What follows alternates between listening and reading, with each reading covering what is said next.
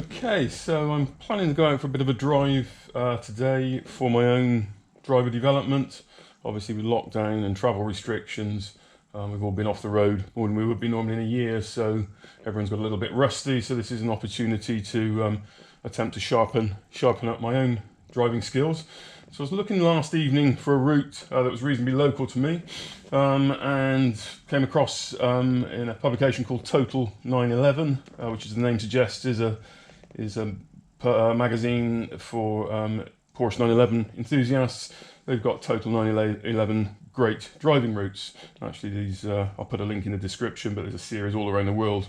But one that was quite local to me, and will be familiar with anyone who's learning to drive in Winchester, would be the A272 between Winchester and Midhurst. So as I say, if you're learning to drive doing your L test in Winchester, I'm sure you'll be familiar with Winnall interchange, and the A272 will be signed from there. So it's quite useful, obviously, to have some review of the route before going there, and it's described as predominantly a single carriageway route, predominantly a rural route, and the interesting thing they highlight is saying it's not a route you're going to be overtaking on, and given that even the earliest sort of air-cooled 911s will have somewhere between late 200s and mid 300 horsepower. That's quite a telling statement, and as they go on to say, there's lots of continuous solid white lines prohibiting overtaking.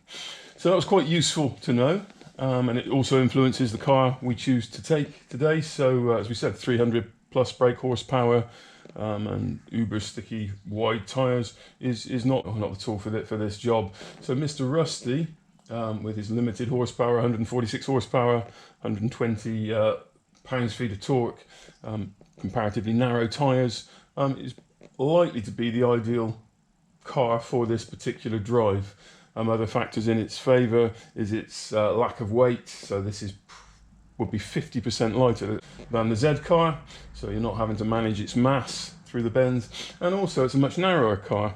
So in terms of our development and application of the system of car control, when we're looking at our road positioning, a narrower car does give you the opportunity, particularly on these narrow A roads, to make at least some adjustment to your road positioning on the approach to a corner. So for all those reasons, Mr. Rusty is the man for the job today. So what I'm intending to do, as we mentioned before, there's a great line from the original Roadcraft video which says we commentate to concentrate, and so if we speak our thoughts out loud as we're driving, it helps us focus our mind on our driving and talk ourselves through the phases of the system, and hopefully then time them correctly. And what I've found as a training aid, it's always, if you haven't got an observer or a driving coach to go with you, it's always difficult to self-evaluate, and you can talk a great story in your commentary and not actually be doing what you're saying you're doing. So sort of the conscience on my shoulder here, with a little camera mounted behind me, not to distract me, just helps me review it, and you then get an in-car view of what I'm doing, and am I doing it when I'm saying I'm doing it in relation to the upcoming hazards. So it's quite a useful training tool. So that's what we're going to set off to do. As I say, my commentary is just for my benefit, but you're welcome to watch along and learn from my mistakes. Okay, so we've headed over towards Winchester now, and we've put the roof up. It's a little bit criminal to have the roof up on a day like today, but with the over-shoulder camera you just wouldn't get the sound quality, and also if you're going to do a commentary drive with the roof down, you get some very odd looks. You're going to talk to yourself in a car.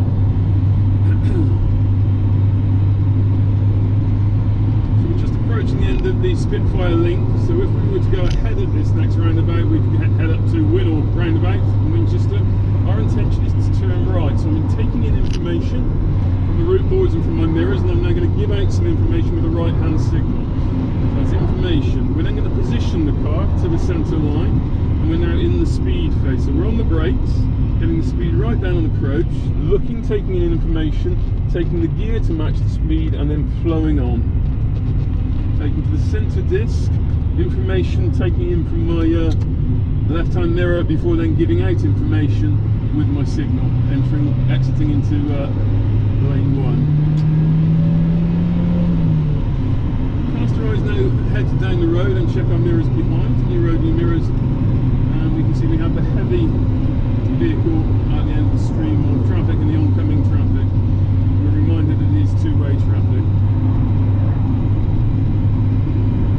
Clear a good distance back, but a number of heavies on this route. We're warning a junction off to the right, which is currently clear. The road bends to the left.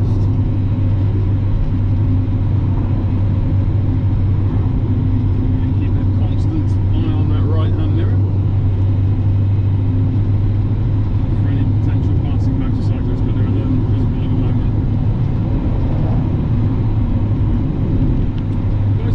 Carriageway ahead, so I'm going to look to make a bit more progress past the slower moving heavy goods vehicles. So the 60mph speed limit will rise to 70 once we get to the solid centre divide in the road. Some Volts or something running across the road there. Checking the right hand mirror, popping his signal on and moving out. Gently bringing our speed up.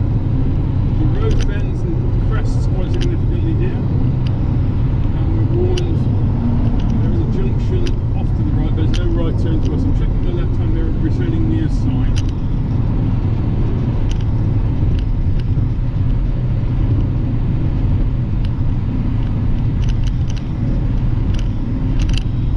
Let's go full circle to get to the A271. So again, taking information, giving out information, positioning the car, and then the speed phase on the brakes, getting our speed right down, continuing to take in information as we do that.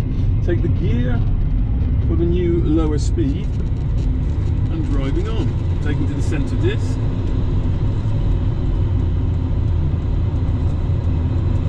Again, keeping the head moving in, taking in information all the time, and then giving out information. Final mirror check that the road space is clear before exiting lane 1. And immediately we're turning left. So again, taking in information from the mirrors, looking ahead, giving out information to the white van that's a good distance back, positioning before, so we've positioned off the carriageway before now reducing speed for the Chevron Bend, and if we needed second gear, well, just to demonstrate, we'll take second gear, rev match it back in before driving through the bend. Third gear would have been fine in that case. Second does give us a nice punch out of the bend. Right to the top of the hill now, so the road sweeps around to the right. We can see over the hedgerows the tops of a van opposing, and the van behind is a good distance back. I was a 4x4 vehicle, not a van. Potential for some blinding, and we've got continuous solid white lines now, suggesting there'll be a loss of visibility. And we're warned of a bend to the right, advisory 40mph speed limit, so we're reducing our speed on approach. Happy with fourth gear in this particular car, so we'll turn in, having positioned to the near side. Again, Chevron Bend, but with a slight incline, so I'll just ease off the gas. We've got the heavy opposing, so we're not going to position too close to the centre line. And then turn in on the gas, looking through the bend, right across the bend now. Frequently scanning the mirrors, so as the information phase runs throughout, we're constantly seeking out information. So the information now is a 40mph advisory speed limit, so let's come off the gas in our speed phase, position slightly to the centre line, and I'm going to ease that back in and then turn in on the gas.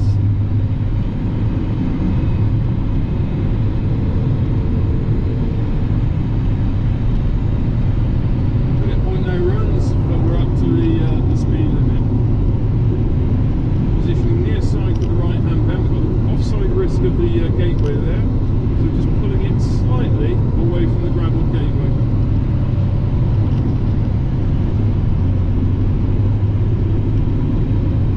And heavies opposing, clear a long way back to the horizon.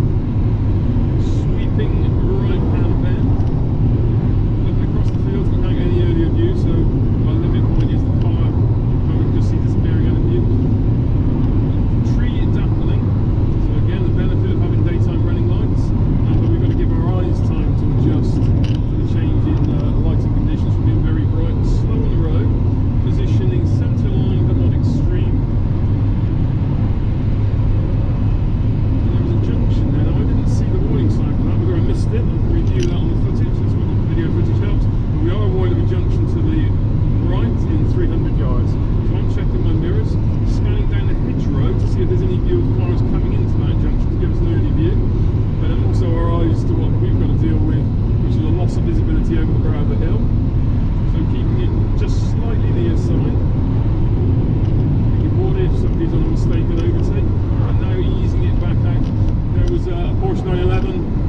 the Untitled 911 magazine enthusiast. Turning in on light gas. Just keeping an eye on our speed, and obviously we're picking up speed as we descend. Gentle gas as we turn into the bend. And the solid continuous whites, you can see, run right to the horizon. Behind us closed up just slightly. We've got slow on the road. And obviously the flag and the light shafts coming through, suggesting some sort of entrance there.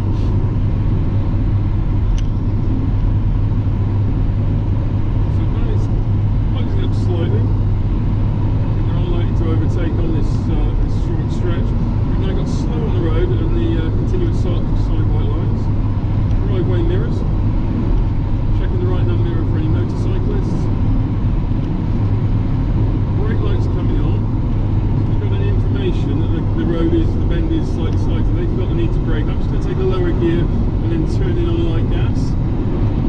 And again, brakes again, so I'm off the gas, letting the car slow naturally. Driveways to the near side.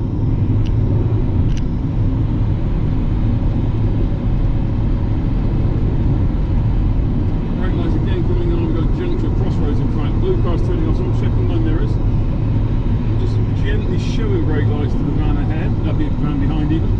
We've got a roof off to the near side. We're approaching the Crossroads, so I'm now off the brakes, but just letting the gas slow naturally. Off the gas. Crossroads is clear. On the gas. Already we're up to the national speed limit. Heavy opposing, so we're pulling it just slightly near side as we turn in.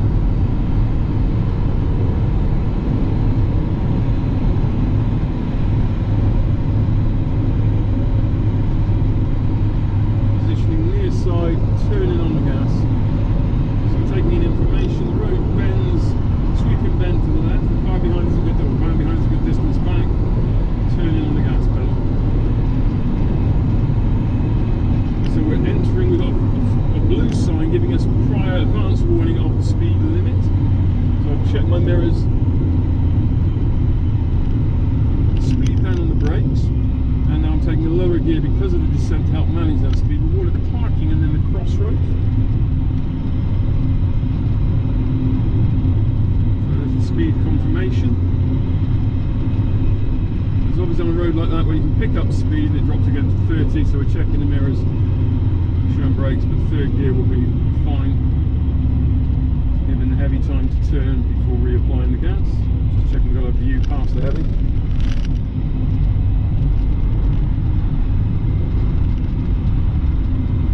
30 limits, so we've got multiple drop curve ways. We've gone from a rural to a residential area. Pub garden is, car park is clear, static. Stream of cars opposing with lights, daytime running lights on. We can see the tree canopies there. 50-mile-an-hour speed limit, just checking the van behind. It has closed up quite a lot in the 30 limits. I'm just checking the mirrors, checking they're not going to go for an overtake. Before I now bring in the gas, checking the right hand mirror, looking a long way down the road for our information please. Position, just slightly to the centre line. Slow on the road as we turn in and we're warned of a Crossroads. Checking the mirrors, van's a good way back. Crossroads is clear. Heavy opposing. 40-mile-an-hour speed limit, so I'm off the gas now. Letting the speed fall away naturally. No need to show brake lights. We've got houses off to the left. Brakes from the cars ahead, so they're disappearing out of view, wondering what they've seen around the bend. I think they're just catching up on slower moving vehicles.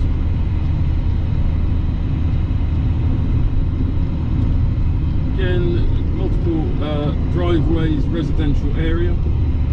Hedge screening may make it difficult for people to see out of their driveways. Looking at the driveway mirrors.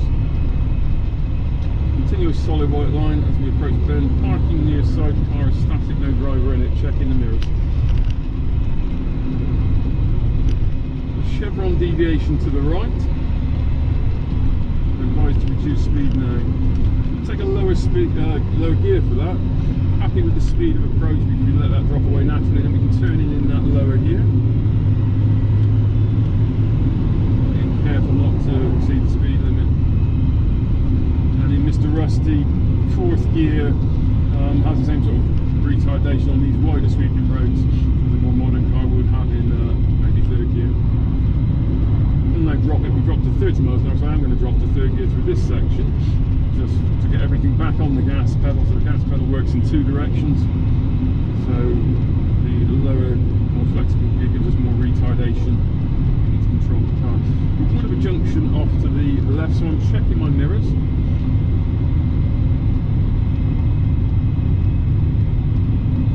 Petrol station forecourt, which cars could obviously turn into or out of. Scanning through the bend now, we can see the heavy coming through it. So I'm positioning slightly near side, but being mindful of the risk from the petrol station forecourt. Another heavy, we've got the early view in the house, the white house off to the right there. We can see that heavy's daytime running lights reflected in the pub windows, in fact. Early view there. So I'm checking the mirrors before moving centre line position to get an earlier view around this bend, see and be seen earlier. Always just pull it back in more central positioning. Okay, so the speed limit is going to increase to national. The white van is closing up. Got one opposing. So once it becomes legal, I'm going to put a firm burst in, acceleration in.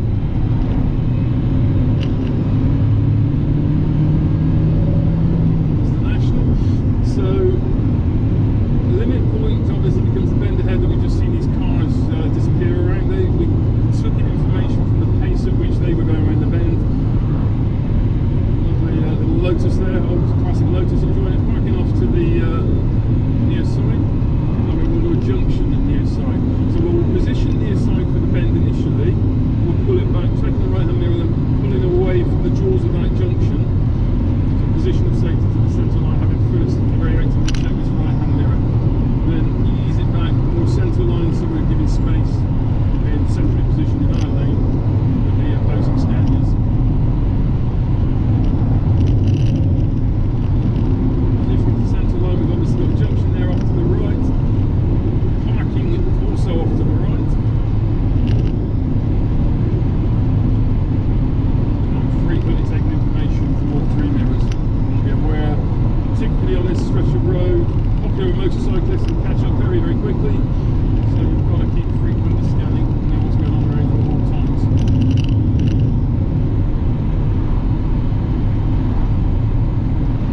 Similarly, not taking an extreme position. You've got to question what benefit do we get from an extreme position.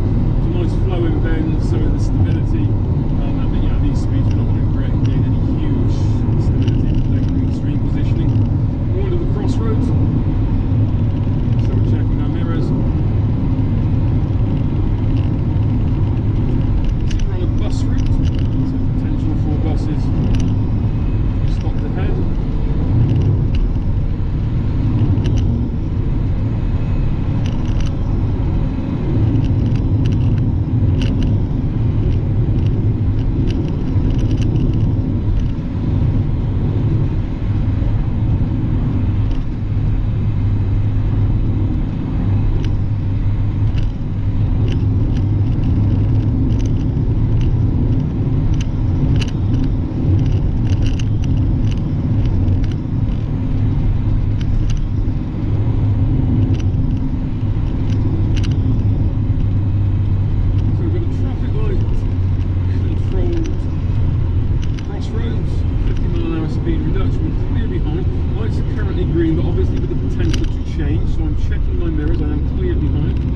Checking the Crossroads as I commit to flooding through it.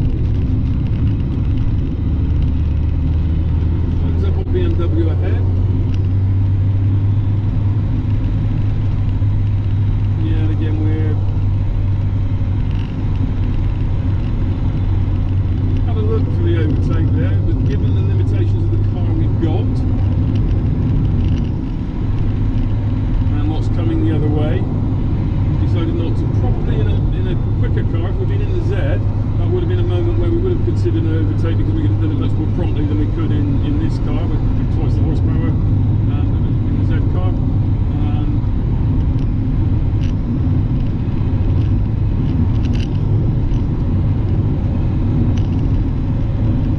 So from 50 to 60, we've probably got the overtake done, kept it legal. They've got a staggered junction with us, so it comes in from the right And then so typically, if that red van was coming to the right and then wanted to turn to the left, normally they don't get held up. It's when they're going the other way. Lights on through the bridge. Now we do have daytime running lights on this car, but we are now showing red lights to the back. Relatively short bridge though. Going to leave the lights on now, not switch them off to confuse oncoming motorists by turning them on and off. So we're going to pick our moment as to when we then turn those off. You can see we've got the Chevron Bend we're approaching. But again, speed and gear are already fine, so we just position slightly near side, looking through the bend as far as we can see. Maybe somebody hasn't got that one quite right previously, we've got some damage there. And again, position to the centre line as we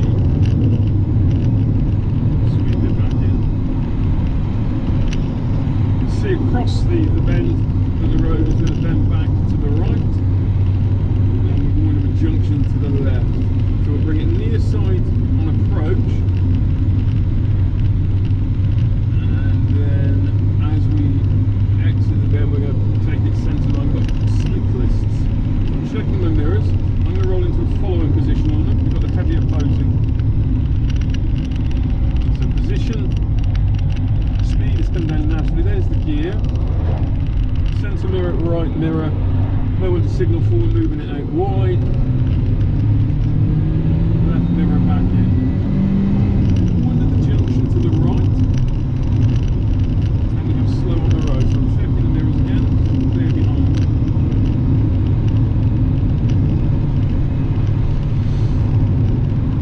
Point of the sharp deviation to the right with the junction on it. See into the junction, but again we're not going to use it position too close to the jaws of that, so moving it away as we turn in.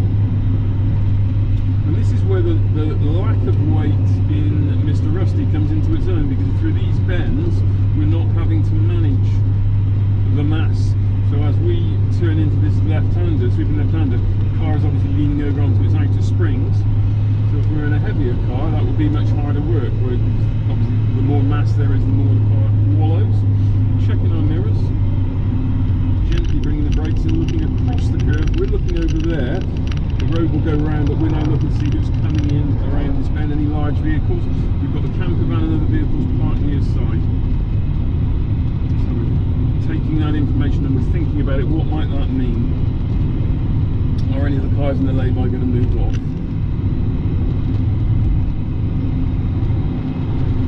Positioning away from them, you can see that they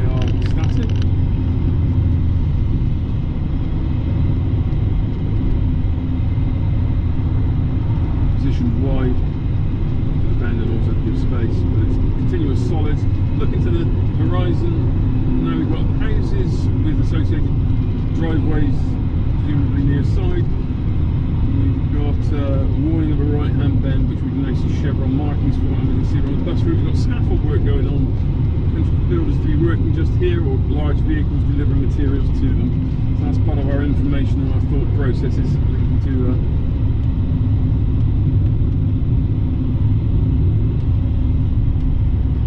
slow moving queue of heavy. So here, potential for people to be looking to filter through.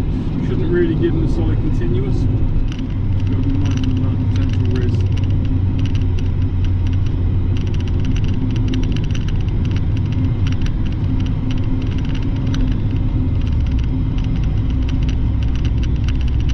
See the brake lights coming on from the cars ahead.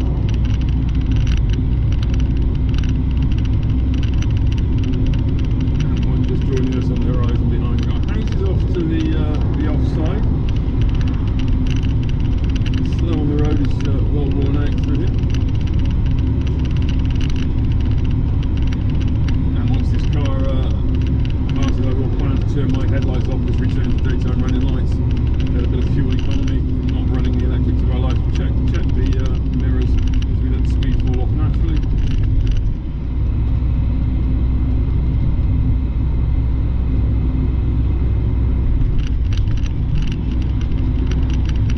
Entering now more residential area, we've got the car forecourt by the look of it off to the right hand side. There's people there on the forecourt just washing the cars, so it could be live, but it seems all reasonably static at the moment. The Crossroads, we warned of pedestrians crossing and speed enforcement cameras. Just a reminder to check our speed is legal.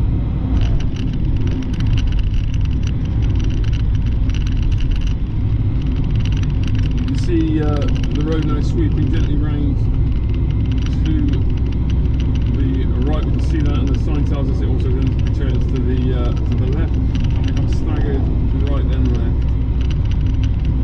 We're on the bus route. So here's the deviation. White car, good distance back, same distance back. We're looking through the bend, getting the early view. So let's turn to the right. Junction to the right hand side of the junction is clear. Come back to the left. National speed limit, checking the mirrors. Because we've got the immediate bend ahead, there was no need to drop it to third there, because we didn't need the additional punch. We just gently roll the gas. So we're warned of a roundabout. So there's our first phase of the information. Here's the second phase of information. And we need to turn left. So let's give out some information. In the speed phase on the brakes, taking in information, we're looking. We have to pause momentarily, so we'll roll it into first.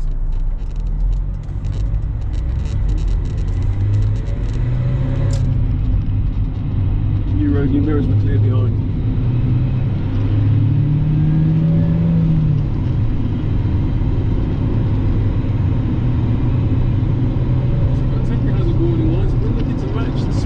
Prevailing speed of the traffic on the multi-lane. Checking mirrors, final shoulder, and the road is liable to flooding. So we've taken in all that information. And a 272 to Midhurst, we're coming off in half a mile. So again, we're planning our exit. We're ready for scanning the motorway bridge.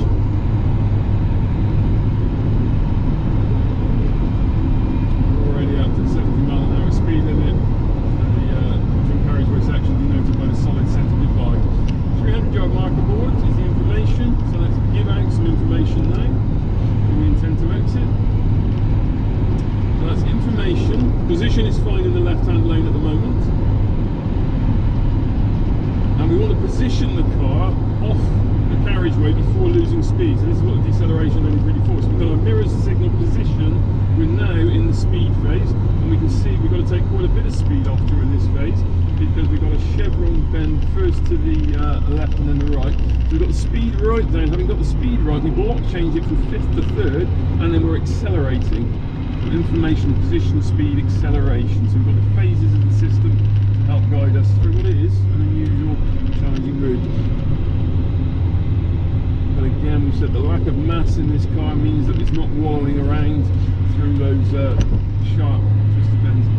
We've got a lane gain to my left, checking our mirrors, checking into the lane gain. And we're warned that we return to two-way traffic. So I'm checking my left-hand mirror, returning near side.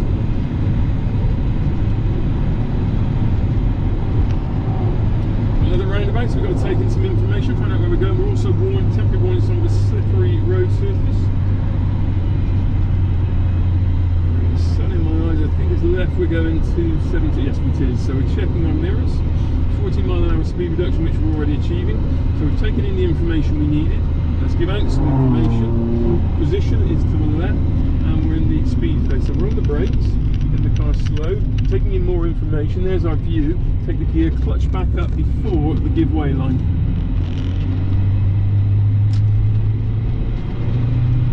.40-mile-an-hour speed. I'm just going to leave it in second just to retard us on this hill.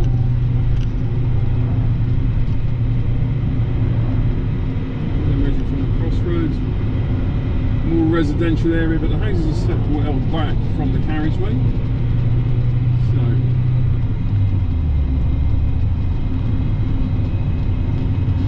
junction to the left, white car safe distance behind. Scanning through the bend. There's a green bin on the edge of the road there, just the one. 50-mile-an-hour speed limit. Again, checking the mirrors, nobody looking to overtake, scanning our eyes up the hill.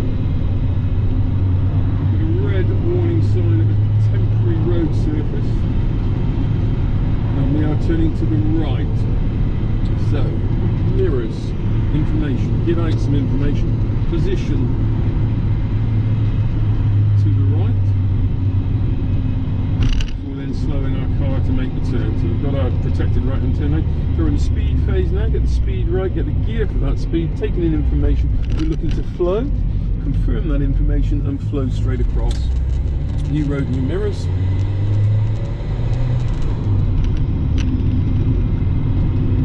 But the arrows suggesting we should return to our side of the road, instructing us to return to our side of the road, and then a continuous solid white line. Well, no pedestrian footpath, and it appeared to be a company of horses and riders just behind that one, and we've got a concealed entrance.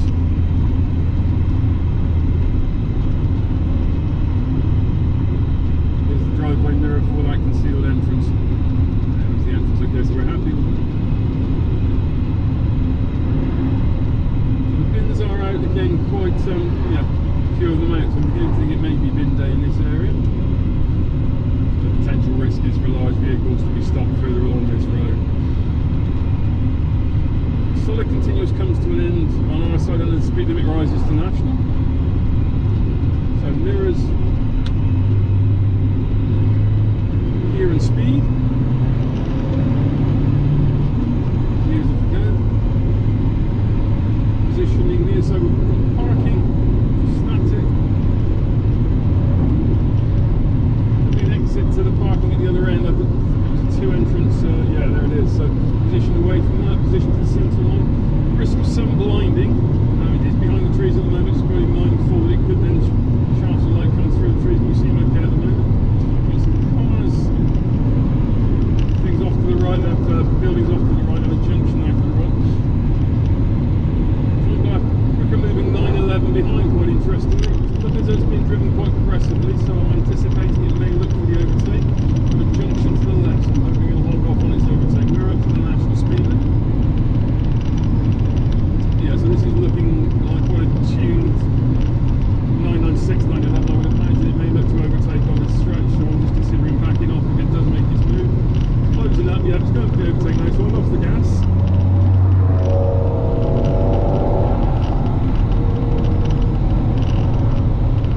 Looking ahead now, we've got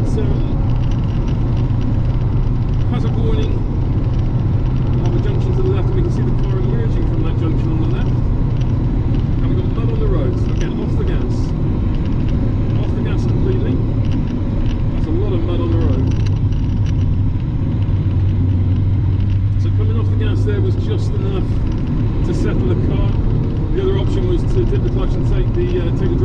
completely, we've been concerned. But this car has no stability system, so in that case, normally in a car with systems you'd leave the clutch engaged and leave the systems on. Mr. Rusty doesn't have any electronic driver stability aids, so clutch down, removing the drive from the rear wheels may have been an option there. Check the mirrors again, we've got mud on this bend, there's a lot of mud, so the other question is where's this coming from? What vehicle, what large vehicle was dumping that sort of quantity of mud or muck? Could there be a large spreader further down the road? 30 mile an hour speed limit, so mirrors, get the speed down. One of the school patrol parking in the lay-by near side, and the road narrows from both sides with the risk of oncoming vehicles obviously being in the middle there.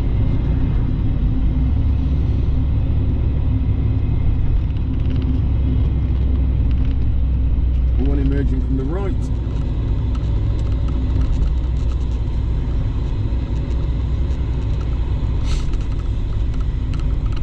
Residential area.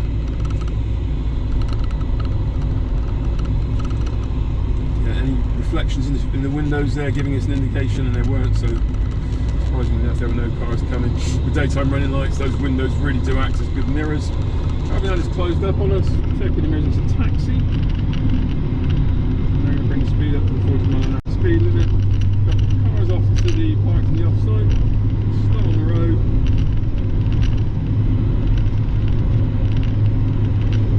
Bends to the right with a junction on it. Avoid the sunken manhole cover there. Taxi guy is now turning off to the left. Joined by another car behind. Continuous solid lines. Third gear will give us brisk acceleration out. So scan rear, right mirror, and to the horizon. Immediate temporary slow on the road. Some event going on.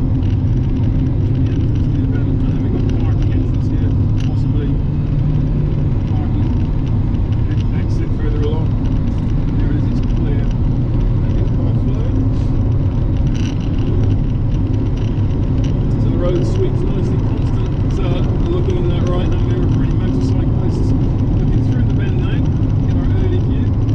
See it rises the white van.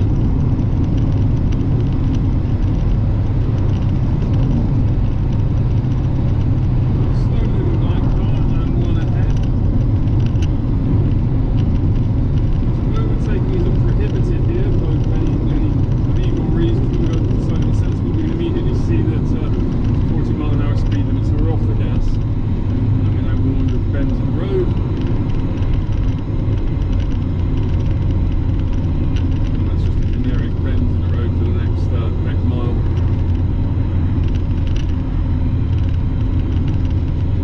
Tree dappling and sunlight. Take third gear to hold us. That'll help us on the descent. No need to brake, just I'm off gently back on the gas. In fact, as we turn in, just to balance the car, but the car is holding us in third gear, whereas fourth gear would have rolled away. This again is where the lack of weight, we're warned of the junction on this one, so just checking, getting an early view, meaning to get the early view, and checking also the right hand mirror, just to know who's behind us if we did need to brake for anyone coming out of that junction.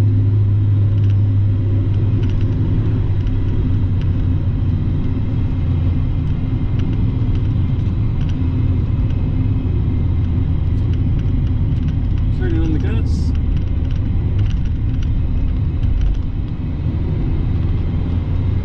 One of the traffic lights.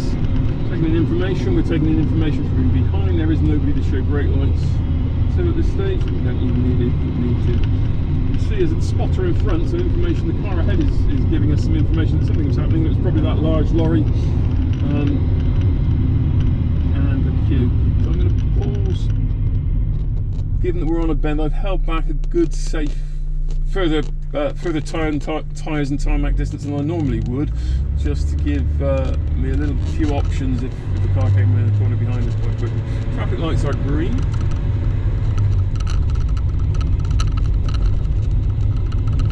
Central position over the stone bridge, watching the sun blinding there. Bend to the left with a junction on it.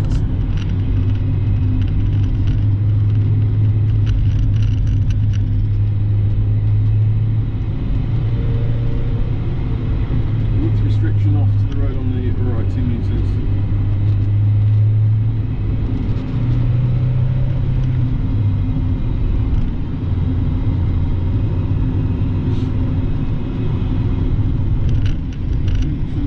Left, you can see the white cars turning across a path, and we've got the amber flashing vehicle. Heavy is likely to want to pass that. I'm clear behind, so the best thing I can do is get on with it. I don't have any misguided courtesy with me waiting for the heavy, but thank them for waiting. And another junction to the left, temporary traffic lights and the road narrows from the opposing side of 200 yards. So whilst it is a national, we'll approach with caution. Lights I'm not sure are working at the moment, just scanning the mirrors, we're clear behind. No, so there's no obstruction that we were warned of, so the traffic lights are in place but not functioning, so I'm happy with that, the road is clear. Scanning to the horizon now. We space the motorcyclist.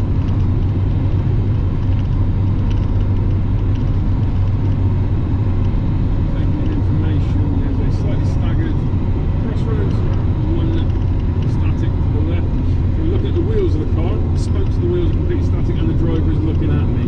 Those are the two factors we want to be sure of. The wheels are beginning to rotate and the driver's looking the other way. Be mindful of you covering your brakes at that point.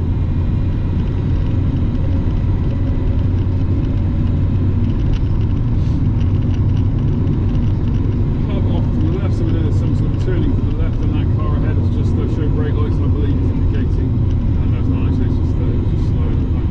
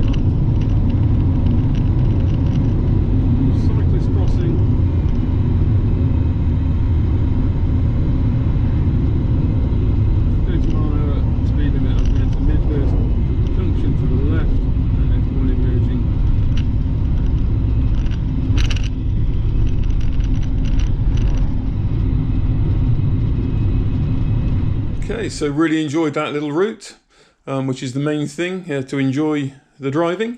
Whether I still enjoy it once I've reviewed the over-shoulder footage and my conscience on my shoulder and critiqued my own driving. But the key thing is we're obviously always looking to improve. There's always things you can improve in your driving, so don't beat yourself up too much.